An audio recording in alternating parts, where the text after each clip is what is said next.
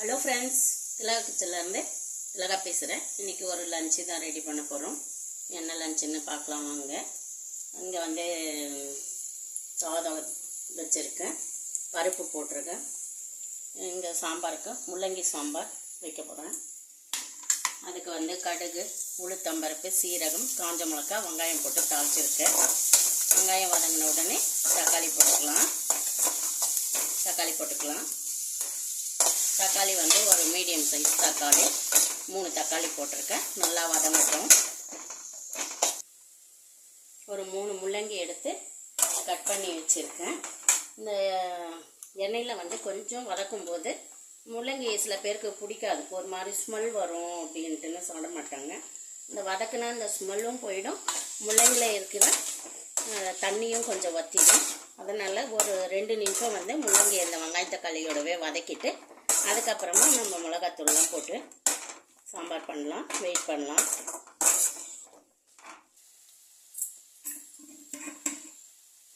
முள்ளங்கி வந்து வதங்கிடுச்சு. இந்த மாதிரி கொஞ்சம் வதங்கும்போது முள்ளங்கி சாம்பார் ரொம்பவே நல்லாயிருக்கும். அந்த முள்ளங்கி வாசனையும் போயிடும். நான் குழம்பு மிளகாய்த்தூள் எங்கள் காரத்துக்கு ஏற்ற மாதிரி போட்டுக்கிறேன். இந்த மிளகாய்த்தூள் காரம் கம்மியாக தான் இருக்கும். ஸ்பூனும் சின்ன சைஸ் தான். நான் எங்கள் காரத்துக்கு ஏற்ற மாதிரி போட்டுக்கிறேன். தண்ணி ஊற்றிடலாம். கொஞ்சம் காய் வேகட்டும். முள்ளங்கி வந்து வெந்துடுச்சு.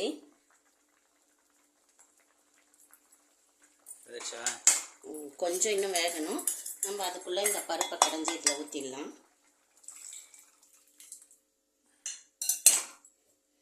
இந்த குக்கரில் இருக்கிற பருப்பு எல்லாம் நல்லா அலசி அதில் ஊற்றிடுங்க, வேஸ்ட் பண்ண வேண்டாம்.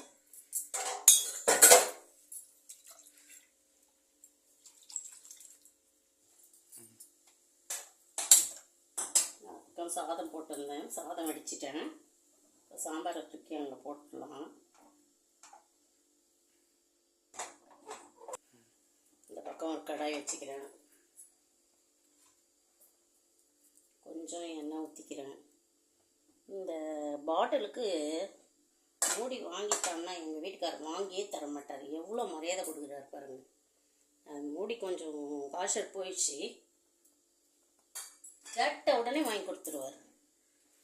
என்னங்க, இப்போ வந்து முருங்கைக்கீரை பொரியல் பண்ண போகிறோம். எண்ணெய் சூடாகட்டும். கொஞ்சம் கடுகு உளுந்து போட்டுக்கலாம். கடுகு உளுந்து போட்டுக்கிறேன்.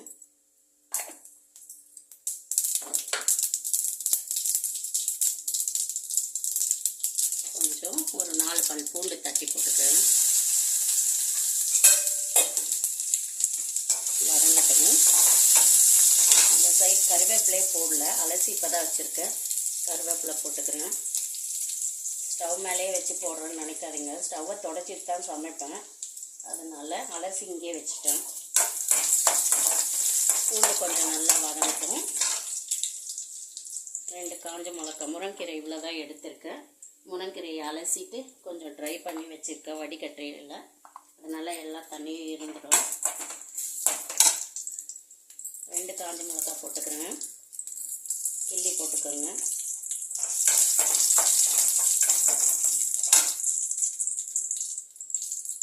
வெங்காயம் வந்து ஒரு வெங்காயம், சின்ன வெங்காயம் 1 போட்டுக்கிறேன்.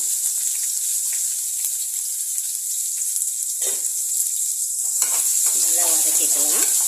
வெங்காயம் வந்து ஒரு 3/4 பாகம் வதங்கினா போதும்.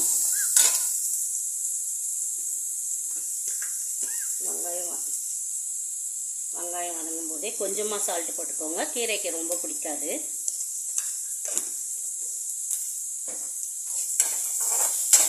நல்லா வதக்கிக்கலாம். நிறைய தண்ணி ஊற்றினா முருங்கீரைக்கு கசப்பு வந்துடும். கொஞ்சமாக ஊற்றிக்கோங்க, இவ்வளோ போதும். நல்லா கொதி வரட்டும். தண்ணி நல்லா கொதிக்குது. இப்போ கீரையை அதில் போட்டுக்கலாம்.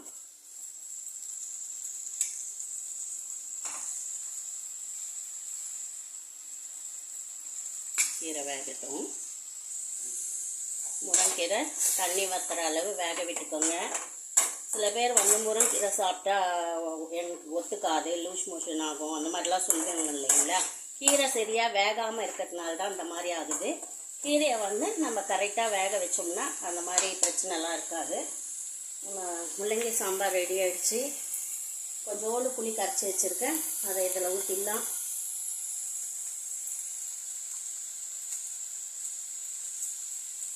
கொஞ்சம் தண்ணி இல்லாமல் நல்லா பரட்டிக்கோங்க.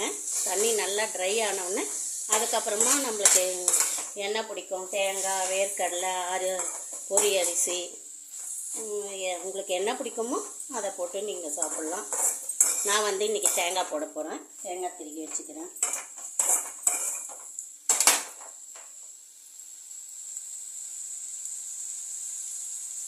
இன்னும் ஒரு நிமிஷம் வேகட்டும். கீரை நல்லா வெந்துடுச்சு. நம்மளுக்கு தேவையான அளவு தேங்காய் போட்டுக்கலாம். தேங்காய் கூட நீங்கள் திருக்கும்போது சின்ன கண் இருக்குது இல்லைங்களா, அந்த பக்கமாக திருக்கி போட்டிங்கன்னா கீரை இன்னும் கொஞ்சம் டேஸ்ட்டாக இருக்கும். ஒரு நிமிஷம் பரட்டி எடுத்துக்கலாம். முருங்கைக்கீரை ரெடி ஆயிடுச்சு, நல்லா மிக்ஸ் ஆகியாச்சு, கீரையும் வெந்தாச்சு. இப்போ இதை எடுத்து வச்சுட்டு அடுத்து என்ன செய்ய போகிறோன்னா, இப்படி இருக்கட்டும், கொஞ்சம் கடாய் கொடு. சாம்பார் தாளித்த கடாயிலேயே சாம்பாரை வந்து கிண்ணத்துக்கு மாற்றிட்டேன். இப்போ இதில் வந்து முருங்கைக்காய் தாளிச்சு போகிறோம். உடனே ஜனங்களாக பயந்துடாதீங்க, என்ன முருங்கீரை முருங்கைக்காய் பொரியல் அப்படி சொல்லிட்டு.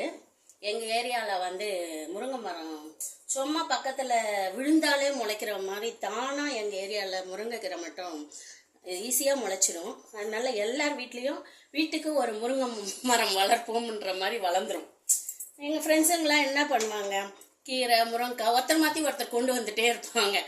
முந்தினத்து தான் செஞ்சேன், இருந்தாலும் முருங்கைக்காய் வந்து ஃப்ரெஷ்ஷாக இருக்கும்போது செஞ்சால் டேஸ்ட் நல்லாயிருக்கும். அதனால் இன்றைக்கும் பொரியல் பண்ணிடலாம், வேஸ்ட் பண்ண வேணாம். ஃப்ரெஷ்ஷாக கிடைக்கிது, நம்ம கண் எதிர்க்க விளையுது. அதனால் வந்து முருங்கைக்காயை செய்ய போகிறேன். கடாய் சூடாகட்டும். எண்ணெய் ஊற்றி வச்சுருக்கேன். எண்ணெய் காஞ்சிட்டோம். கடுகு, உளுந்து 1/2 டீஸ்பூன்,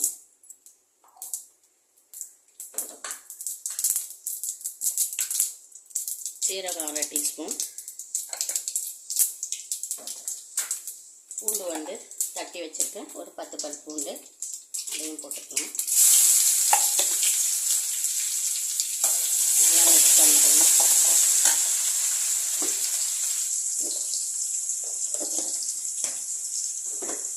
ஒரு காஞ்ச மிளகாய் சில்லி போட்டுக்கிறேன், கொஞ்சம் கருவேப்பிலை,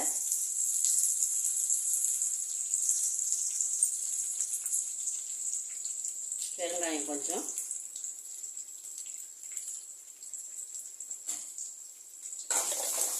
பூண்டு கொஞ்சம். மிக்ஸ் ஆன உடனே ஒரு பெரிய வெங்காயம் 2 கட் பண்ணி வச்சுருக்கேன், அதை போட்டுக்கலாம்.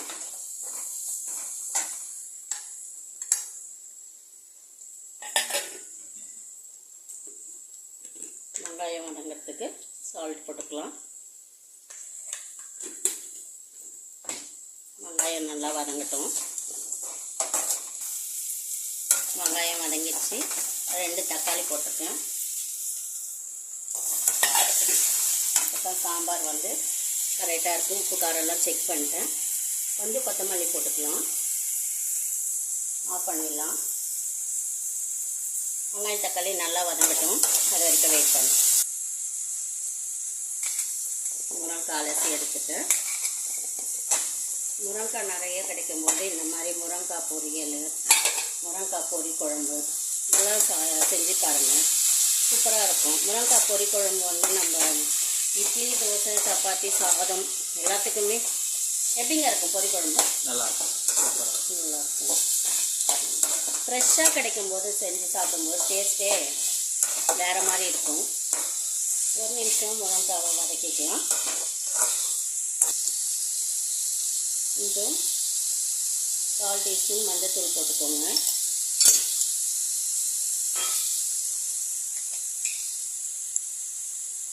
கரம் மசாலா 1/4 டீஸ்பூன் போட்டுக்கோங்க.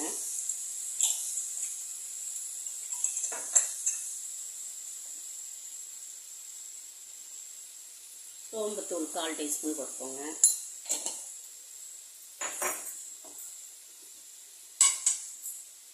குழம்பு மிளகாய் தூள் காரத்துக்கு ஏற்ற மாதிரி நான் 4 டீஸ்பூன் போட்டுக்கிறேன். இந்த மிளகாய் ரொம்ப காரம் இருக்காதுங்க, திருப்ப சொல்கிறேன்னு நினைக்காதீங்க. ஒரு நிமிஷம் வதக்கிக்கோங்க. பச்சை வாடை போட்டோம் வதக்கியாச்சு. கொஞ்சம் தண்ணி ஊற்றிக்கலாம். முருங்கைக்காய் நீங்கள் வாங்கும்போது முறுக்கி பார்த்து வாங்குங்க. அது முத்தின முருங்கைக்காவா அப்படின்னு உங்களுக்கு தெரியும். முத்தின முருங்கைக்காய்னா கொஞ்சம் நேரம் கூட ஆகும் வேகிறதுக்கு. அதுக்கேற்ற மாதிரி முருங்கைக்காய் நல்லா முறுக்கி பார்த்து உடையாமல் இருந்ததுன்னா, பெருசாக இருந்தாலும் முருங்கைக்காய் டேஸ்ட்டாக இருக்கும் அப்படின்னு அர்த்தம். அதனால் அதுக்கேற்ற மாதிரி நீங்கள் தண்ணி ஊற்றிக்கோங்க. முருங்கைக்காய் மேலே இது மாதிரி. இப்போ இது நல்லா வேகட்டும், வெயிட் பண்ணும். முருங்கைக்காய் பொரியல் இன்னும் கொஞ்சம் வேகணும், அதனால் கொஞ்சம் தண்ணி ஊற்றி வச்சுருக்கேன். நல்லா வேகட்டும். இந்த பக்கம் ரசம் வச்சுருக்கேன். இங்கே ஒரு தவா வச்சுருக்கேன். தவா சூடாகட்டும். இன்னைக்கு 2-3 வெரைட்டி யூஸ்வலாக ஒன்று தானே பண்ணுவேன். அப்போ ஓசியில் தானேப்பா கிடச்சிது முருங்கைக்காவும் முருங்கீரையும். அது கூட வாபஸும் கேட்பேன். முட்டை முட்டை போட்டதா பைத்தியம். முட்டை நீ சாப்பிடணுன்னா நீ தான் வாங்கி தரணும், பக்கத்து வீட்டுக்காரனை வாங்கி தருவான். ஏங்க முட்டை சாப்பிடணும் நீ முட்டை சாப்பிடணும்னு அவசியம் இல்லை. இன்னைக்கு உங்கள் பொண்ணுக்கு ஆஃப் டே தான், ஸ்கூல் விட்டு வந்துட்டா. அதுக்காக ஆமாம், எதனா ஸ்பெஷலாக செய்யுமா அப்படின்னா, சரி ஒன்றும் செய்ய முடியல, அதனால முட்டை வாங்கிட்டு வர சொன்னேன்.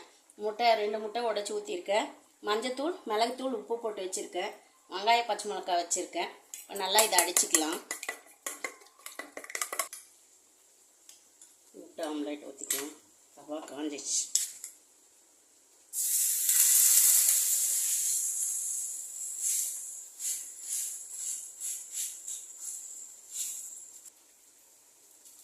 எண்ணெய் ஃப்ரை பண்ணிக்கலாம். ரசம் ரெடி ஆகிடுச்சு.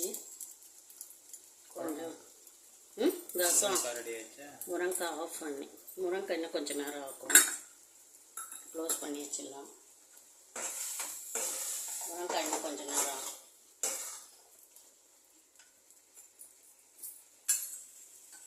முட்டை திருப்பி போட்டுடலாம். முருங்கைக்காய் வெந்துடுச்சு. கொஞ்சம் கொத்தமல்லி போட்டுக்கலாம். 2-3 காய் கடை வாங்கும்போது தான் கொத்தமல்லி ஃப்ரீ கொடுக்குறாங்க.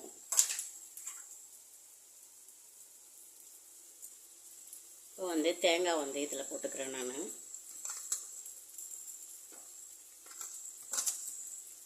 அப்படியே கொஞ்சம் நேரம் முருங்கைக்காவை பிரட்டி விடுங்க.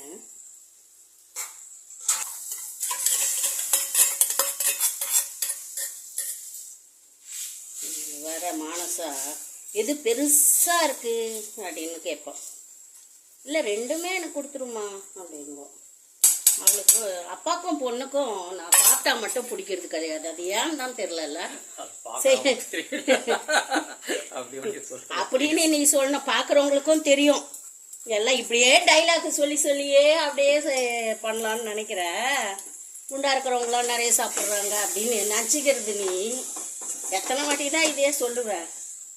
அதான் முன்னையே ஒரு வாட்டி சொல்லிட்டேன், சாப்பிட்டு நல்லா இல்லைன்றது, சாப்பிட்லன்றது அப்படின்னு.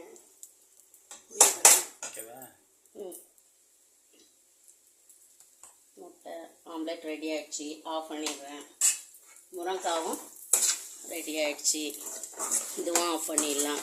இதை அப்படியே ஒரு பாத்திரத்துக்கு மாற்றிட்டு கொஞ்சோண்டு ஒரு அணுகுத்தி சாதம் போட்டு சாப்பிட்டா குழம்பே வேணாங்க, அவ்வளோ டேஸ்ட்டாக இருக்கும். இதையும் ஆஃப் பண்ணிடுறேன். இன்னைக்கு எங்கள் வீட்டு லஞ்சு ஒயிட் ரைஸ் சுட இருக்குது. நிஜமாகவே முள்ளங்கி சாம்பார், இந்த சாம்பார் பாதி கூட காலி ஆகாதுன்னு தெரியும். நாங்கள் தக்காளி ரசம், காய்கறி, முட்டை ஆம்லெட், முருங்கைக்காய் பொரியல், முருங்கீரை பொரியல். எங்கள் பொண்ணுக்கு இன்னைக்கு லஞ்ச் இல்லைன்றதுனால சூடாக சாப்பிட அவளே வரும்போது கேட்டா, அம்மா இன்னைக்கு ரொம்ப நாள் ஆச்சு வீட்டில் நான் சுட சுட சாப்பிட்டேன் அப்படின்னு சொல்லிட்டுன்னு. அதனால் எங்கள் வீட்டு ஃப்ரைடே லஞ்சு. இந்த வீடியோ பிடிச்சிருந்தா லைக் பண்ணி ஷேர் பண்ணி கமெண்ட் பண்ணுங்கள். ஓகே, பாய்.